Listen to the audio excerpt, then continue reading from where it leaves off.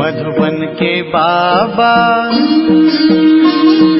मधुबन के बाबा मुरली वाले, आपका क्या कहना, आपका क्या कहना। ओम शांति। आज 14 मई 2024 के साकार मधुर महावाक्य हैं। आज मीठे मीठे बाप दादा बोले, मीठे बच्चे आत्म अभिमानी बनो। मैं आत्मा हूँ, शरीर नहीं। यह है पहला पाठ। यही पाठ सबको अच्छी तरह पढ़ाओ। बाबा कहते, मीठे बच्चे आत्म अभिमानी बनो। मैं आत्मा हूँ, शरीर नहीं। ये है पहला पाठ। यही पाठ सबको अच्छी तरह पढ़ाओ।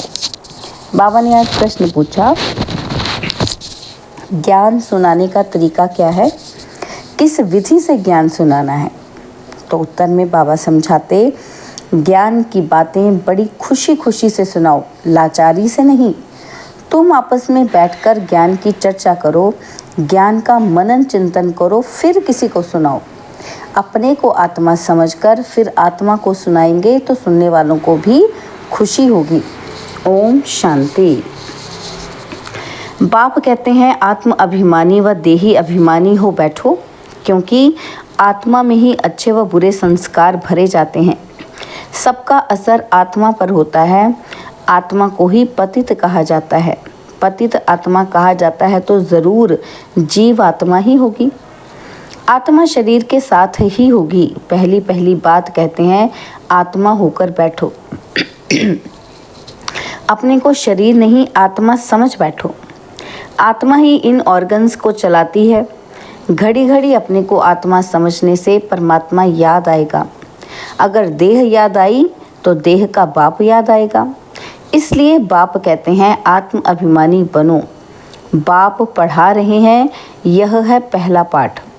तुम आत्मा अविनाशी हो, शरीर विनाशी है। हम आत्मा हैं। यह पहला शब्द याद नहीं करेंगे तो कच्चे पड़ जाएंगे। मैं आत्मा हूँ, शरीर नहीं हूँ। यह शब्द इस समय बाप पढ़ाते हैं। आगे कोई भी पढ़ाते नहीं थे। बाप आए ही हैं आत्म अभिमानी बनाकर ज्ञान देने के लिए। पहला ज्ञान देते हैं कि हे आत्मा, तुम पतित हो, क्योंकि यह है ही पुरानी दुनिया। प्रदर्शनी में भी तुम बच्चे बहुतों को समझाते हो, प्रश्न उत्तर करते हैं। तो जब दिन के समय रेस्ट मिलती है, उस समय आपस में मिलना चाहिए, समाचार पूछना चाहिए कि किसने क्या क्या प्रश्न पूछे और हमने क्या समझाया। फिर उनको समझाना है। फिर उस पर ऐसे नहीं ऐसे समझाना चाहिए। समझाने की युक्ति सबकी एक नहीं होती। मूल बात है, अपने को आत्मा समझते हो या देह। दो बाप भी सबके हैं ज़रूर। जो भी देहधारी हैं उनका लौकिक बाप भी है और पारलौकिक बाप भी। हद का बाप तो कॉमन है। यहाँ तुमको मिला है बेहद का बाप। वह हम आत्माओं को बैठ समझाते हैं। वह एक ही बाप भी है, टीचर भी है, गुरु भी है। यह पक्का कर देना चाहिए। जब तुम किसी को समझाते हो, जो तुमसे प्रश्न पूछते हैं उस पर आपस में बैठना चाहिए। जो होशियार हैं उनको भी बैठना चाहिए। तुमको टाइम मिलता है दिन के समय। ऐसा नहीं कि भोजन खाते हैं इसलिए नींद का नशा है। जो बहुत खाना खाते हैं उनको नींद का आलस्य आता है। दिन में क्लास करना चाहिए कि फलाने ने यह पूछा और हमने ये रिस्पॉन्स किया। प्रश्न तो भिन्न भिन्न पूछेंगे, उनका रिस्पॉन्स भी चाहिए रियल। देखना चाहिए कि उनको कशिश में लाया, सेटिस्फाई हुआ, नहीं तो फिर करेक्शन निकालनी चाहिए। जो होशियार हैं उनको भी बैठना चाहिए। ऐसे नहीं कि खाना खाया जल्दी नींद आए। देवताएं खाना बहुत थोड़ा खाते हैं क्योंकि खुशी है ना, इसलिए कहा जाता है खुशी जैसी खुराक नहीं। तुम बच्चों को अथाह खुशी होनी चाहिए।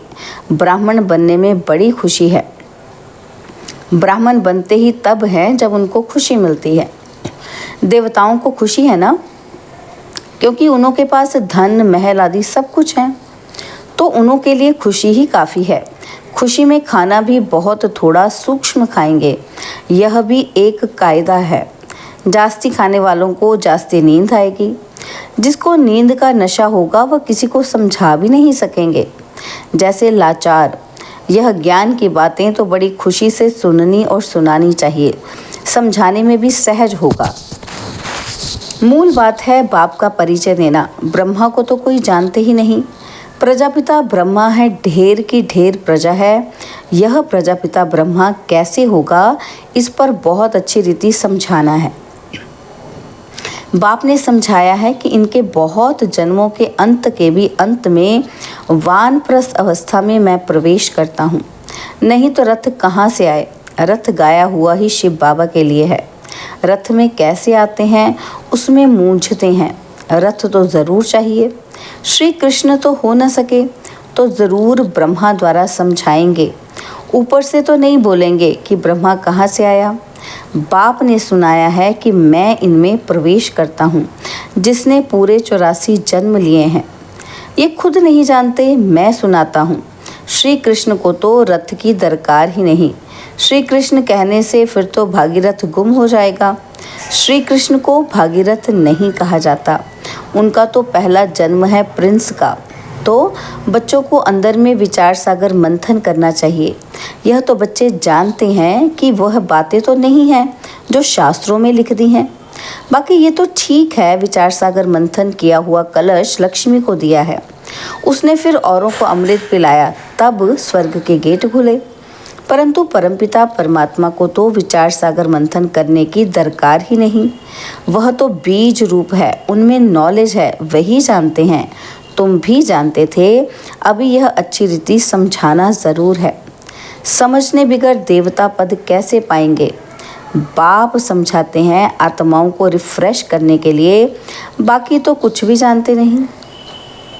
बाप आकर समझाते हैं कि अभी तुम्हारा लंगर भक्ति मार्ग से उठा, अब ज्ञान मार्ग में चला है। बाप कहते हैं मैं तुमको जो ज्ञान देता हूँ वह प्राय लोप हो जाता है। एक है निराकार, दूसरा है साकारी बाप। समझाया तो बहुत अच्छा जाता है, परंतु माया ऐसी है जो कशिश कर गंध में ले जाती है, पतित बन पड़ते हैं।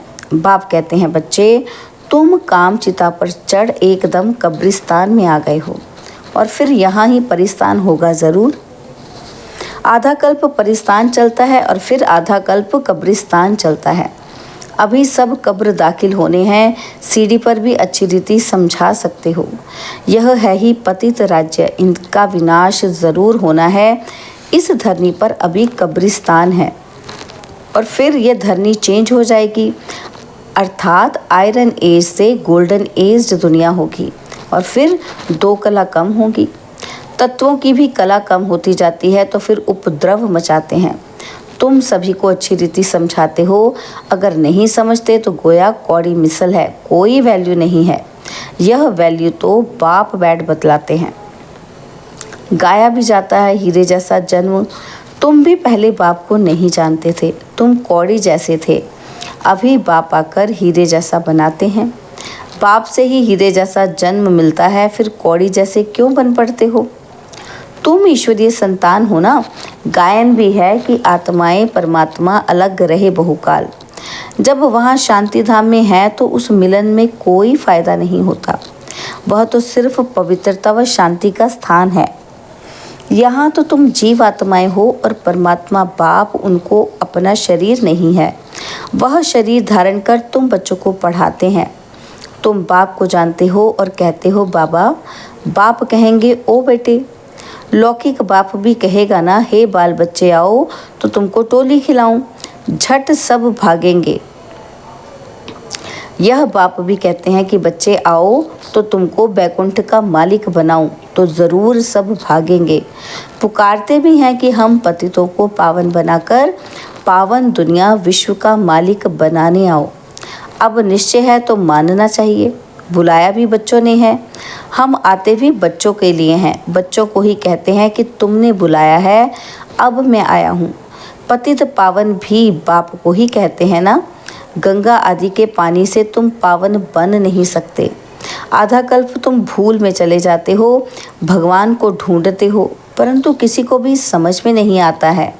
बाप कहते हैं हे बच्चों, तो बच्चों का भी उस उल्लास से निकलना चाहिए हे बाबा, परंतु इतना उल्लास से निकलता नहीं है। इसको देह अभिमान कहा जाता है, ना कि देही अभिमानी। तुम अभी बाप के सम्मुख बैठे हो। बेहद के बाप को याद करने से बेहद की बादशाही भी ज़रूर याद आएगी। ऐसे बाप को कितना प्यार से रिस्पॉन्स करना चाहिए। बाप तुम्हारे बुलाने से आया है, ड्रामा अनुसार 1 मिनट भी आगे पीछे नहीं हो सकता। सभी कहते हैं ओ फादर रहम करो, लिबरेट करो। हम सब रावण की जंजीरों में हैं। आप हमारे गाइड बनो, तो बाप गाइड भी बनते हैं। सब उनको बुलाते हैं, ओ लिबरेटर, ओ गाइड, आकर हमारा गाइड बनो, हमको भी साथ ले चलो। अभी तुम संगम पर खड़े हो, बाप सत्युग की स्थापना कर रहे हैं। अभी है कलयुग, करोड़ों मनुष्य हैं। सत्युग में तो सिर्फ थोड़े देवी देवता ही थे, तो ज़रूर विनाश हुआ होगा। वह भी सामने खड़ा है, जिसके लिए गायन है कि साइंस घमंडी कितना बुद्धि से अक्ल निकालते रहते हैं। वह है यादव संप्रदाय। फिर हिस्ट्री रिपीट होनी है। अभी तो सत्युग की हिस्ट्री रिपीट होगी। तुम समझते हो हम नई दुनिया में ऊंच पद पाने का पुरुषार्थ कर रहे हैं। पवित्र ज़रूर बनना है। तुम समझाते हो इस पतित दुनिया का विनाश ज़रूर होना है। बच्चे आदि तो तुम्हारे जीते नहीं रहेंगे, ना कोई वारिस बनेंगे, ना शादी आदि करेंगे। बहुत गई, बाकी थोड़ी रही। थोड़ा समय है, उसका भी हिसाब है। आगे ऐसे नहीं कहते थे, अभी टाइम थोड़ा है। पहले वाले जो शरीर छोड़कर गए हुए हैं, नंबरवार पुरुषार्थ अनुसार जन्म लिया है। कोई यहाँ आए भी होंगे, दिखाई पड़ता है जैसे कि यहाँ का बिछड़ा हुआ है। उनको ज्ञान के बिगर मज़ा ही नहीं आएगा। माँ बाप को भी कहते हैं हम तो यहाँ जाएंगे। यह तो सहज समझने की बातें हैं। विनाश ज़रूर होना ही है। लड़ाई की तैयारी भी देख रहे हो। आधा खर्चा तो इन्हों का इस लड़ाई के सामान में ही लग जाता है। एरोप्लेन आदि कैसे बनाते हैं, कहते हैं घर बैठे भी सारे खलास हो जाएंगे। ऐसी ऐसी चीज़ें बनाते रहते हैं, क्योंकि हॉस्पिटल आदि तो रहेंगे ही नहीं। ड्रामा में यह भी जैसे बाप के इशारे मिलते हैं, और वह भी ड्रामा में नूंद है। समझते हैं ऐसा ना हो जो बीमार पड़ जाएं। मरना तो सबको ज़रूर है। राम गयो रावण गयो। जो योग में रह आयु बढ़ाते होंगे उनकी ज़रूर बढ़ेगी। अपनी खुशी से शरीर छोड़ देंगे। जैसे मिसाल बताते हैं कि ब्रह्म ज्ञानी है, वह भी ब्रह्म में जाने के लिए ऐसे खुशी से शरीर छोड़ते हैं। परंतु ब्रह्म में कोई जाते नहीं, ना पाप कटते हैं। पुनर्जन्म फिर भी यहाँ लेते हैं। पाप कटने की युक्ति बाप बतलाते हैं कि मामेकम याद करो, और कोई को याद नहीं करना है। लक्ष्मी नारायण को भी याद नहीं करना है। तुम जानते हो इस पुरुषार्थ से हम ये पद पा रहे हैं। स्वर्ग की स्थापना हो रही है। हम पढ़ रहे हैं ये पद पाने के लिए। नंबरवार पुरुषार्थ अनुसार उन्हों की जो डिनाइस्टी चलती है, वह बाप ने संगम पर अभी स्थापन की है। तुम भाषण भी ऐसा करो जो एक्यूरेट किसी की भी बुद्धि में बैठ जाए। इस समय हम ईश्वरीय संप्रदाय और प्रजापिता ब्रह्मा की मुख वंशावली भाई बहन हैं। हम आत्माएं सब भाई भाई हैं। ब्रह्मा कुमार कुमारियों की शादी होती नहीं। यह भी बाप समझाते हैं कि कैसे गिर पड़ते हैं। काम अग्नि जलाती है, परंतु डर रहता है कि एक बार हम गिरे तो की कमाई चट हो जाएगी। काम से हारा तो पद भ्रष्ट हो जाएगा। कमाई कितनी बड़ी है। मनुष्य पद्म करोड़ कमाते हैं, उनको ये थोड़े ही पता है कि थोड़े समय में ये सब खत्म होना है। बॉम्ब्स बनाने वाले जानते हैं कि ये दुनिया खत्म होनी है। हमको कोई प्रेरक है, हम बनाते रहते हैं। अच्छा, मीठे मीठे सिकिलदे बच्चों प्रति माता पिता बाप दादा का याद प्यार और गुड मॉर्निंग। रूहानी बाप की रूहानी बच्चों को नमस्ते। हम रूहानी बच्चों की रूहानी बाप दादाजी को दिलवा जान सिखवा प्रेम से नमस्ते। ओम शांति। प्यारे बाबा, मीठे बाबा, मेरे बाबा, शुक्रिया बाबा, शुक्रिया बाबा, शुक्रिया। धारणा के लिए मुख्य सार है, पहला पॉइंट है ज्ञान को अंदर घोटना है, अर्थात विचार सागर मंथन करना है। ज्ञान की आपस में रूह रिहान कर फिर दूसरों को समझाना है। सुस्ती व आलस्य को छोड़ देना है। और सेकंड पॉइंट है देही अभिमानी बन बड़े उल्लास से बाप को याद करना है। सदा इसी नशे में रहना है कि हम बाप के पास आए हैं कौड़ी से हीरा बनने, हम हैं ईश्वरीय संतान। बाबा ने आज वरदान दिया, ज्ञान सूर्य ज्ञान चंद्रमा के साथ साथी बन रात को दिन बनाने वाले रूहानी ज्ञान सितारे भव। ज्ञान सूर्य ज्ञान चंद्रमा के साथ साथी बन रात को दिन बनाने वाले रूहानी ज्ञान सितारे भव। जैसे वह सितारे रात में प्रकट होते हैं, ऐसे आप रूहानी सितारे, चमकते हुए सितारे भी ब्रह्मा की रात में प्रकट होते हो। वह सितारे रात को दिन नहीं बनाते, लेकिन आप ज्ञान सूर्य ज्ञान चंद्रमा के साथ साथी बन रात को दिन बनाते हो। वह आकाश के सितारे हैं और आप धरती के सितारे हो। वह प्रकृति की सत्ता है और आप परमात्मा सितारे हो। जैसे प्रकृति के तारामंडल में अनेक प्रकार के सितारे चमकते हुए दिखाई देते हैं, ऐसे आप परमात्मा तारामंडल में चमकते हुए रूहानी सितारे हो। स्लोगन है, सेवा का चांस मिलना अर्थात दुआओं से झोली भरना। सेवा का चांस मिलना अर्थात दुआओं से झोली भरना। ओम शांति।